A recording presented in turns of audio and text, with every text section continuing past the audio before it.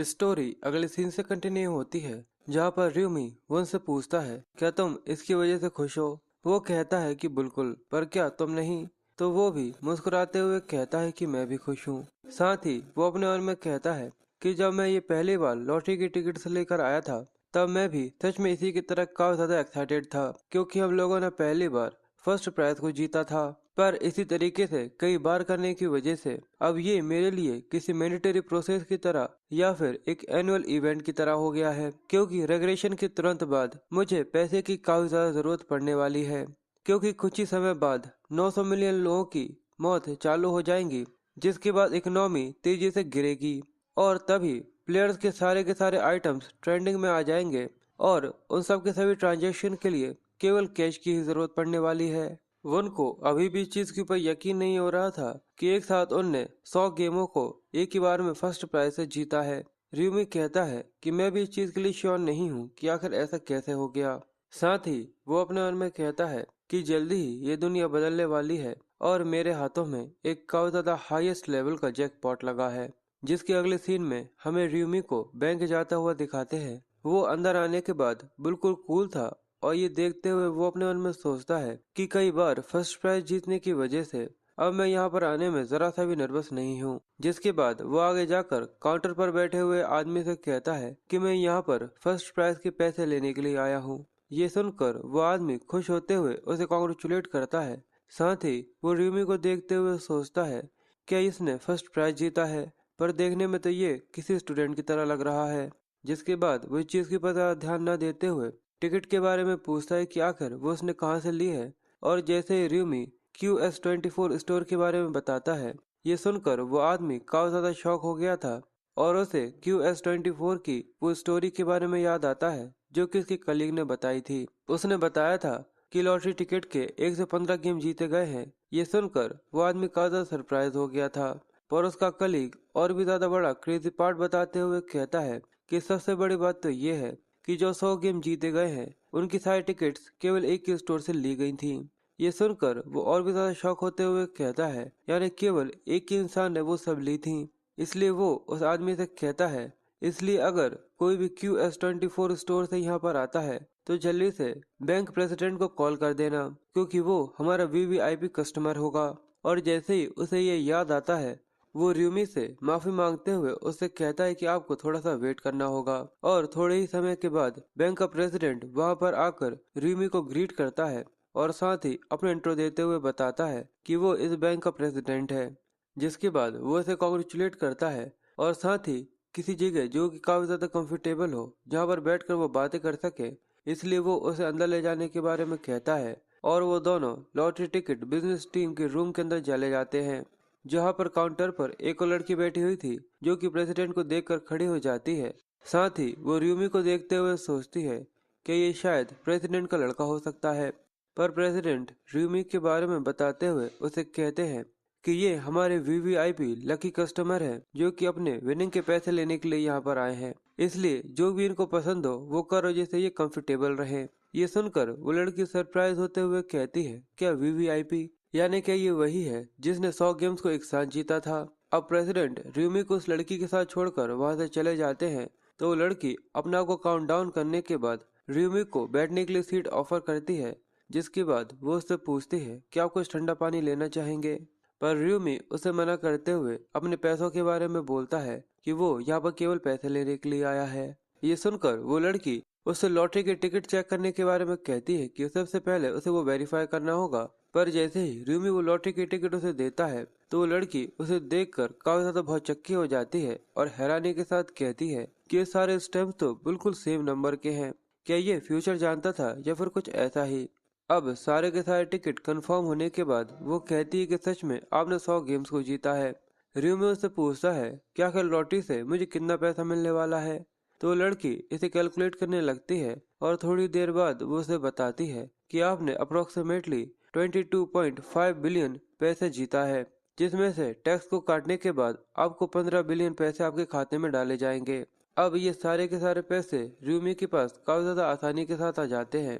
जिसके बाद वो बताता है कि सबसे पहले वो एक नया घर देखता है जहाँ पर वो जल्द से जल्द शिफ्ट हो सके। जिसकी अगले ही शाम को वो एक स्टॉक अकाउंट भी ओपन कर लेता है, क्योंकि अगले महीने में बिटकॉइन काफी ज्यादा तेजी से 5 गुना तक बढ़ने वाला था।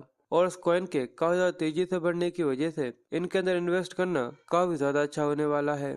जिसके बाद कुछ दिन के बाद का सीन दिखाते हैं, जहाँ पर र्यूमी वो उनसे पूछ रहा था कि कल जो घर हम लोग देखने के लिए गए थे, क्या वो तुम्हें पसंद आया। वो कहता है कि बिल्कुल, वो सच में काफी ज्यादा अच्छा था। उसकी जितना बड़ा घर और एक्सपेंसिव अपनी जिंदगी में मैंने आज से पहले कभी भी नहीं देखा था। उसकी तो केवल मैं पिक्चर्स ही देख सकता हूँ। और र्यूमी उसे आगे बताता है कि वो उन सभी जगहों में सबसे ज्यादा अच्छा था जहाँ पर हम तुरंत ही जाकर सेट हो सकते हैं। पर ये सुनकर वो उससे कहता है, पर आखिर आपने वो घर किराए पर क्यों लिया है? आपके पास तो इतने सारे पैसे थे कि क्या आप उसे खरीद नहीं सकते? पर र्यूमी उसे मना करते हुए कहता है कि मेरे पास बिल्कुल भी पैसे नहीं हैं। केवल 1 बिलियन को छोड़कर मैंने सारे के सारे से बिटकॉइन खरीद लिया। अब ये जानने के बाद उसके छोटे भाई का रिएक्शन काफी ज्यादा फनी होता है और उसके मुंह से केवल एक ही आवाज आती है, "हैं?" जिसके बाद वो काफी ज्यादा गहरे शौक में चला गया था। इसलिए र्यूमी उसे शांत करते हुए कहता है कि तुम जानते हो कि मैं तुमसे क्या कह रहा हूँ, पर तुम इस सब की चिंता मत करो, क्योंकि मैंने बिना कुछ सोचे समझे ये सब नहीं किया।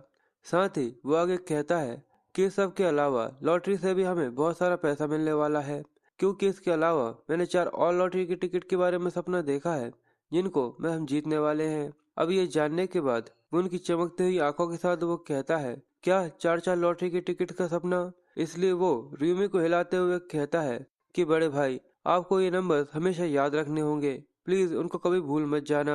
वो कहता है कि मैं उन्हें नहीं भूलूंगा, पर ऐसा करने की वजह से मुझे चक्कर आ रहे हैं। साथ ही वो अपने मन में सोचता है कि मैं ये सब इतनी बार कर चुका हूँ कि मैं चाहूँ भी तो उनको भूल नहीं सकता। जिसके बाद रूमी आगे जाते हुए वो उनसे कहता है, चलो हम लोग बाहर जाकर लंच करते हैं, इसलिए तैयार हो जाओ। वो उन कहता है, रेडी? पर आखिर हम लोग कहाँ पर जा रहे हैं? रूमी बोलता है कि मैंने तुमसे बताया नहीं था कि हम लोग आज यहाँ से मूव करने वाले हैं।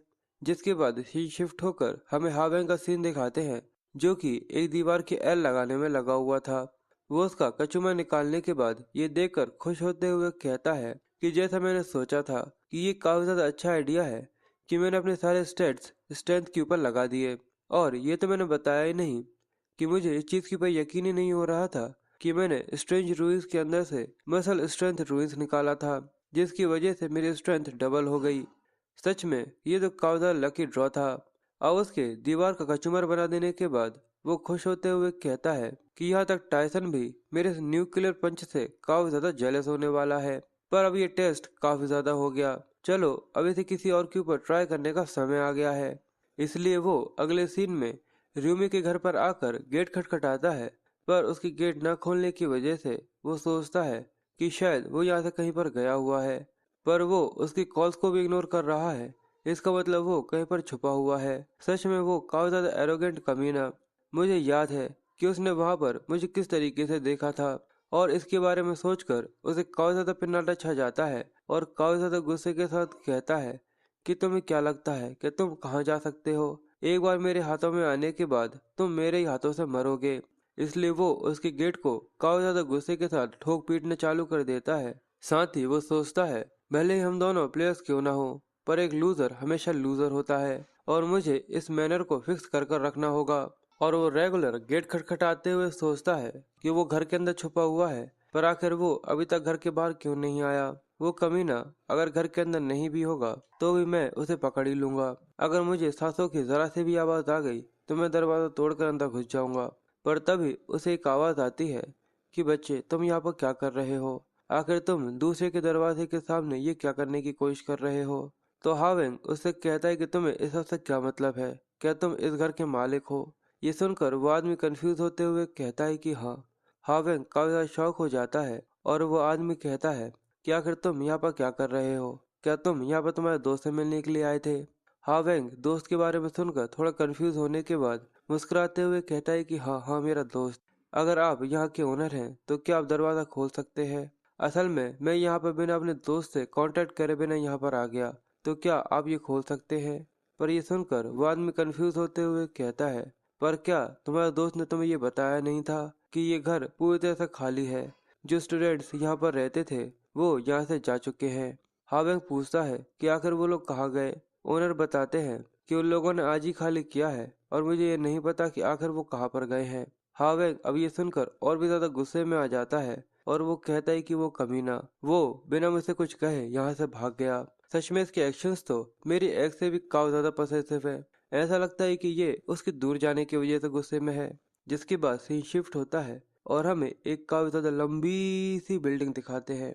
वॉन भी इसे देखकर इसी तरीके से रिएक्शन देते हुए कहता है, सच में ये तो कितनी ज्यादा लंबी बिल्डिंग है। और वहाँ के कई सारे फीचर्स देखकर उसकी आंखें सच में चमकते हुए रह जाती हैं, क्योंकि यहाँ पर कार्ड से एक्सेस होता है और यहाँ पर सिक्योरिटी भी है जो कि आपकी आइडेंटिटी को कंफर्म करती है। इसलिए वो अपने बड़े भाई से कहता है कि सच में ये जगह काफी ज्यादा अमेजिंग है। जिसके बाद वो दोनों अपने रूम के अंदर आ जाते हैं और उनके सामने एक काफी ज्यादा बड़ा और काफी ज्यादा आलीशान घर था। वॉन हावेंग से पूछता है क्या कि ये जगह कितनी ज्यादा बड़ी है। हावेंग उसे बताता है कि ये घर 3,500 स्क्वायर फीट का है। ये सुनकर उसका मुंह खुला का खुला रह जाता है और कहता है, क्या ये घर केवल हम दोनों के यहाँ पर रहने के लिए कोई जरूरत से ज्यादा ही बड़ा नहीं है। रियो उससे बोलता है कि मेरे पास काफी ज्यादा पैसा है तो हम लोग किसी ऐसी जगह पर तो रह ही सकते हैं। तो वॉन उससे पूछता है कि आखिर इस जगह के लिए आपने कितने पैसे दिए हैं। रियो बताता है कि 5 मिलियन मैंने डिपॉजिट करे हैं और मंथली रेंट 22 मिलियन होने वाला है। ये सुनने के बाद उसके छोटे भाई के तो तोते उड़ जाते हैं और वो कहता है कि हर महीने 20 मिलियन से भी ऊपर। और उस दिन कन्वीनियंट स्टोर से 5,000 का लंच लेने में भी मेरा दिल धक धक कर रहा था और ये देखो आज इतना ज्यादा खर्च हो गया। इसलिए वो कहता है, क्या तुम्हें ऐसा नहीं लगता कि ये सच में काफी ज्यादा एक्सपेंसिव है। क्या हम लोग इसके अलावा किसी थोड़ी सी चीपर जगह पर भी तो रह सकते थे। पर ये सुनकर रीमी उससे कहता है कि नहीं, हम लोगों को जितना हो सके उतना स्पेंड करने की जरूरत है। ये जगह जितनी एक्सपेंसिव है इसकी सिक्योरिटी उतनी ही ज्यादा अच्छी है। साथ ही वो इस चीज की वजह भी बताते हुए कहता है कि महीने के पहले हफ्ते के अंदर सभी प्लेयर्स हिप्नोसिस के अंदर चले जाते हैं और उस समय प्लेयर्स की रियल बॉडी सबसे ज्यादा वीकेस्ट होती है। उस समय नेचुरल डिजास्टर जैसे कि फायर और अर्थक्वेक और यहाँ तक अगर दूसरे प्लेयर्स के द्वारा हायर किए हुए असेसिन्स आकर तुम्हें मार सकते हैं। इसलिए सभी प्लेयर्स को ऐसे समय के लिए तैयार रहना चाहिए। इसलिए दूसरी दुनिया में जाने से पहले जितना ज्यादा हो सके उतना ज्यादा सेफेस्ट जगह पर होना जरूरी है, क्योंकि तुम दूसरी दुनिया में भले ही उड़ सकते हो या फिर कुछ भी क्यों न कर सकते हो, पर अगर तुम रियलिटी के अंदर मारे गए तो ये सब यहीं पर खत्म हो जाएगा। इसलिए वो उनसे पूछता है, क्या तुम्हें ये घर पसंद आया। वो कहता है कि पसंद, मुझे तो इस घर से प्यार हो चुका है। ये देखकर र्यूमी कहता है कि ये काफी अच्छा है कि तुम्हें ये पसंद आया। पर उनको ये सुनकर थोड़ा सा बुरा लग रहा था और वो उदास होने के बाद अपने बड़े भाई से माफी मांगते हुए कहता है, अगले महीने फिर से उस दूसरी दुनिया की गेम के अंदर फिर से फंस जाएंगे और वहाँ पर आपको फाइट करना पड़ेगा और मैं यहाँ पर खुशी खुशी कैसे रह सकता हूँ। मुझे इस सब के बारे में थोड़ा सा सोचना चाहिए था, प्लीज मुझे माफ कर दीजिए। पर र्यूमी उसे चिल करते हुए कहता है कि आखिर तुम इतने ज्यादा उदास क्यों हो रहे हो। क्या तुम्हें ऐसा लगता है कि मैं नेक्स्ट राउंड से वापस नहीं आ पाऊंगा। पर वॉन उदास होते हुए कहता है, अगर ऐसा हुआ तो वो उसे कहता है कि ये सब छोड़ो और फालतू की बात अपने दिमाग में मत लाओ। चलो हम लोग नीचे चलकर कुछ खाते हैं। मैंने सुना है कि सेकंड फ्लोर पर जो शॉपिंग मॉल है उसके अंदर एक कोरियन रेस्टोरेंट है जो कि काफी डिलीशियस कोरियन फूड बनाते हैं। और जैसे ही वो वहां से जाने लगते हैं उसके पास हावेंग का कॉल आना चालू हो जाता है। ये देखकर वो मुस्कुराते हुए कहता है कि जरूर उसने ये पता लगा लिया कि मैं वो घर छोड़कर जा चुका हूँ, पर मुझे उसे इग्नोर करना चाहिए, क्योंकि वैसे भी अब रियलिटी में मैं उससे कभी भी टकराने वाला नहीं हूँ और दूसरी दुनिया के बारे में कौन जानता है। अब अगली सुबह जैसे ही रीमी उठता है तो वो उनको तैयार होता हुआ देखकर उससे पूछता है कि आखिर तुम कहाँ जा रहे हो। तो वो उसे बताता है कि मैंने राइस केक ऑर्डर करे थे तो मैं उन्हें लेने के लिए नीचे जा रहा हूँ। ये सुनकर वो थोड़ा कंफ्यूज होते हुए कहता है कि राइस केक्स, पर साथ ही वो उनको देखते हुए सोचता है कि राइस केक्स, इसने ऐसे पहले कभी भी ऐसा नहीं किया था। पर बिल्कुल मैं ये जानता हूँ कि भले ही मैं कितनी बार भी रेगनेट क्यों ना हो जाऊँ, पर हर बार सेम सिचुएशन रिपीट नहीं होती। पर इसने इससे पहले कभी भी राइस केक्स ऑर्डर नहीं करे थे। इसलिए र्यूमी उनसे पूछता है कि आखिर तुमने राइस केक ऑर्डर क्यों करे हैं। वुन कहता है कि हम लोगों ने कल यहाँ पर मूव करा है, इसलिए मैं राइस केक सब लोगों में बांटना चाहता हूँ, जिससे हम लोग ये दिखा सके कि हम लोग काफी ज्यादा अच्छे नेबर्स हैं। ये सुनकर वो कहता है कि इस चीज में कुछ भी बुरा नहीं है, जिससे हम लोग अच्छे नेबर्स बन सके। तुमने अच्छा सोचा, जैसा कि मुझे मेरे छोटे भाई से उम्मीद थी। इसलिए वुन भी काफी ज्यादा खुश हो जाता है वुन आगे कहता है कि उन राइस केक्स को लेकर सब लोगों में बांट दूंगा तो तुम आराम कर सकते हो। पर र्यूमी उसे मना करते हुए कहता है कि नहीं, ये सबसे ज्यादा बेस्ट होगा कि हम दोनों जाकर एक साथ उन्हें ग्रीट करें। तो रुको, मैं जल्दी से तैयार होकर वापस आता हूँ। जिसके बाद अगले सीन में हमें उन दोनों को लोगों को राइस केक्स बांटता हुआ दिखाते हैं, जो कि सभी लोगों को ग्रीट करते हुए बताते हैं कि हम लोग आपके न्यूली मूव्ड नेबर्स हैं, इसलिए हम आपको ग्रीट करने के लिए आए हैं। जिसके बाद अब वो दोनों मिलकर काफी ज्यादा कड़ी मेहनत के साथ अपने सभी न्यू नेबर्स को काफी ज्यादा राइस केक्स बांटते हैं और सभी लोग उनका दिल से शुक्रिया करते हैं और सभी के ऊपर उनका काफी ज्यादा अच्छा इंप्रेशन भी जमता है। वहाँ के सभी लोग काफी ज्यादा अच्छे से उन्हें ट्रीट करते हैं और बहुत सारे लोगों को राइस केक बांटने के बाद अब केवल एक घर बचा हुआ था, इसलिए वो जल्दी से वहाँ पर जा रहे थे। पर वो सच में काफी ज्यादा थक गया था। र्यूमी कहता है कि हम लोगों ने सच में काफी ज्यादा लोगों को ग्रीट किया है, अब इसको देखकर हम लोग घर पर जाकर आराम करेंगे। और र्यूमी उनको बताता है कि ये के पेंट हाउस फ्लोर है, यहाँ पर ये लोग 44 और 45 फ्लोर को दोनों को एक साथ इस्तेमाल करते हैं। वो ये जानकर सरप्राइज होते हुए कहता है इसका मतलब सच में ये लोग काफी ज्यादा अमीर हैं। पर अब गेट खटखटाने पर भी कोई बाहर नहीं आता और र्यूमी अपने मन में कहता है कि मुझे इनके बारे में ज्यादा कुछ तो नहीं पता, पर शायद यहाँ पर रहने वाला कोई सेलिब्रिटी है या फिर कुछ ऐसा ही। पर काफी बार बेल बजाने के बाद भी ऐसा लगता है कि शायद कोई घर पर नहीं था, इसलिए वो लोग यहाँ से जाने के बारे में सोचते हैं। पर तभी उनका ध्यान पीछे की तरफ जाता है और वो हैरान होते हुए कहता है कि ये तो एक्टर सीओ आर रिन है और ये लड़की जो कि उसके सामने आ रही थी सच में काफी ज्यादा खूबसूरत है और हाँ, ये घर भी उसी का है। वन तो सीओ आर्यन को देखकर काफी ज्यादा शर्माते हुए कहता है कि ये तो इतनी ज्यादा सुंदर है, बिल्कुल किसी एंजल की तरह। पर हमारे हीरो ये देखकर थोड़ा कंफ्यूज था। पर तभी उन लोगों के बीच में एक आदमी आ जाता है जो कि आर्यन के सामने आते हुए उन लोगों से पूछता है कि आखिर तुम लोग कौन हो और क्या तुम लोग इसके फैन हो। पर र्यूमी ये देखकर उससे कहता है कि हम लोगों ने नीचे वाले फ्लोर पर जस्ट अभी अभी कुछ समय पहले ही मूव किया है। ये सुनकर वो आदमी कहता है क्या नीचे वाले फ्लोर पर, इसका मतलब तुम लोग यहाँ पर अपने आप के बारे में बताने के लिए आए हो। वो उससे कहता है कि हाँ, इसलिए हम आपके लिए राइस केक लेकर आए हैं। पर वो आदमी उसकी बात पूरी सुनने से पहले ही उसे मना करते हुए कहता है कि ये ठीक है क्योंकि आर्यन ऐसी चीजें नहीं खाती। जिसके बाद वो कार्ड का पासवर्ड डालता है और आर्यन को अंदर जाने का बोलता है।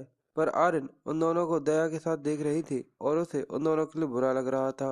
र्यू में ये देखकर वो उनसे कहता है कि मुझे नहीं पता कि आखिर ये लोग कौन थे, पर ये काफी ज्यादा रूड है, इसलिए वो उनसे कहता है कि ऐसे इंसान के ऊपर ज्यादा ध्यान मत देना।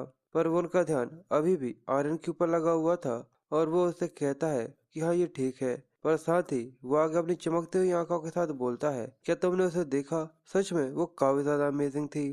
ये देखकर र्यूमी कंफ्यूज होते हुए कहता है कि आखिर तुम ये क्या बात कर रहे हो। पर वो एक्साइटिंगली कहता है कि आखिर तुम्हारे इससे क्या मतलब है, तुमने भी उसे देखा था, वो सीओ आर्यन है, सीओ आर्यन।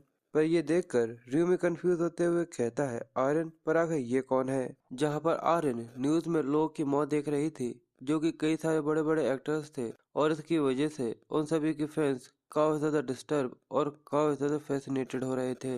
ये देखकर आर्यन सरप्राइज होते हुए कहती है क्या आखिर इस दुनिया में ये क्या हो रहा है। वो ये सब देखकर काफी ज्यादा परेशान हो गई थी क्योंकि सभी बड़े बड़े एक्टर्स न जाने किस तरीके से यहाँ पर मारे जा रहे थे और सभी लोग आर्यन को इसके बारे में भी बताते हैं कि किस तरीके से लोग मारे जाते जा रहे हैं। वो ये सब देखकर अपने मन में कहती है ऐसे ऐसे एक्टर्स जो कि मुझसे काफी ज्यादा फेमस थे, वो लोग भी फर्स्ट राउंड को सर्वाइव नहीं कर पाए। अगर रूइंस के अंदर बाकी लोगों की तरह मैं भी तबाह हो गई होती तो शायद आज न्यूज में मेरी भी खबर आ रही होती। मुझे लगता है कि इसकी वजह से मैं काफी ज्यादा फेमस होने वाली हूँ। मैं बस यही सोच रही हूँ कि अगर मेरे मरने के बाद मेरी न्यूज किस तरीके से दिखाई जाएगी। अब मेरे पास ऐसा कोई भी नहीं है और ना ही कोई स्पॉन्सर है जिसके साथ मैं काम करना चाहती हूँ। पर ये पेंट हाउस है जो कि मुझे प्रवोक करता है। पर तभी उसके पीछे से उसका गार्ड सेंग चियोल आ जाता है जो कि आर्यन को परेशान होता हुआ देखकर उससे पूछता है कि आखिर तुम क्या सोच रही हो। आर्यन उसे मना कर देती है पर सेंग उसके साइड में बैठते हुए कहता है कि ये ठीक है, तुम मुझे बता सकती हो क्योंकि मैं हमेशा तुम्हें सुनने के लिए तैयार रहता हूँ। आर्यन उदास होते हुए कहती है कि मैं बस यही सोच रही हूँ कि आखिर ये दुनिया किस तरह बढ़ती जा रही है और क्या मैं नेक्स्ट राउंड को सर्वाइव कर भी पाऊंगी या नहीं। पर शेंग उसे मना करते हुए कहता है, तुम नेक्स्ट राउंड की ज्यादा चिंता मत करो, जब तक मैं तुम्हारे साथ हूँ तुम्हें सबकी चिंता करने की जरूरत नहीं है। तुम कुछ जरूरत से ज्यादा सोचती हो, तुम बस मेरे ऊपर भरोसा रखो। आर्यन मुस्कुराते हुए कहती है कि बिल्कुल, मैंने ऐसा कब कहा कि मुझे तुम्हारे ऊपर भरोसा नहीं है। साथ ही वो शेंग को देखते हुए उसके बारे में बताते हुए कहती है कि जब पहली बार कंपनी ने इसे मेरे बॉडीगार्ड के तौर पर रखा था तो मैं इसकी वजह से थोड़ी सी टेंशन में रहती थी, क्योंकि मुझे ऐसा लगता था कि इसे केवल मेरे ऊपर नजर रखने के लिए रखा गया है। पर वहां पर पहुंचने के बाद इसने मेरी काफी ज्यादा केयर करी और अगर ये वहां पर नहीं होता तो शायद मैं फर्स्ट राउंड के अंदर ही मारी जाती। शेंग कहता है कि चाहे कुछ भी क्यों ना हो जाए तुम इसकी चिंता मत करो, मैं हमेशा तुम्हारी रक्षा करूंगा। आर्यन मुस्कुराते हुए कहती है कि ठीक है, और साथ ही तुम्हारे इसके लिए बहुत बहुत शुक्रिया। जिसके बाद वो बात को पलटते हुए उन दो नए लड़कों के बारे में कहती है जो कि अभी अभी डाउन स्टेयर पर शिफ्ट हुए हैं, यानी नीचे वाले फ्लोर पर। सच में जो राइस केक वो लेकर आए थे वो देखने में काफी ज्यादा अच्छे लग रहे थे, पर शेंग कहता है कि अगर तुम वो खाओगी तो सच में मोटी हो जाओगी।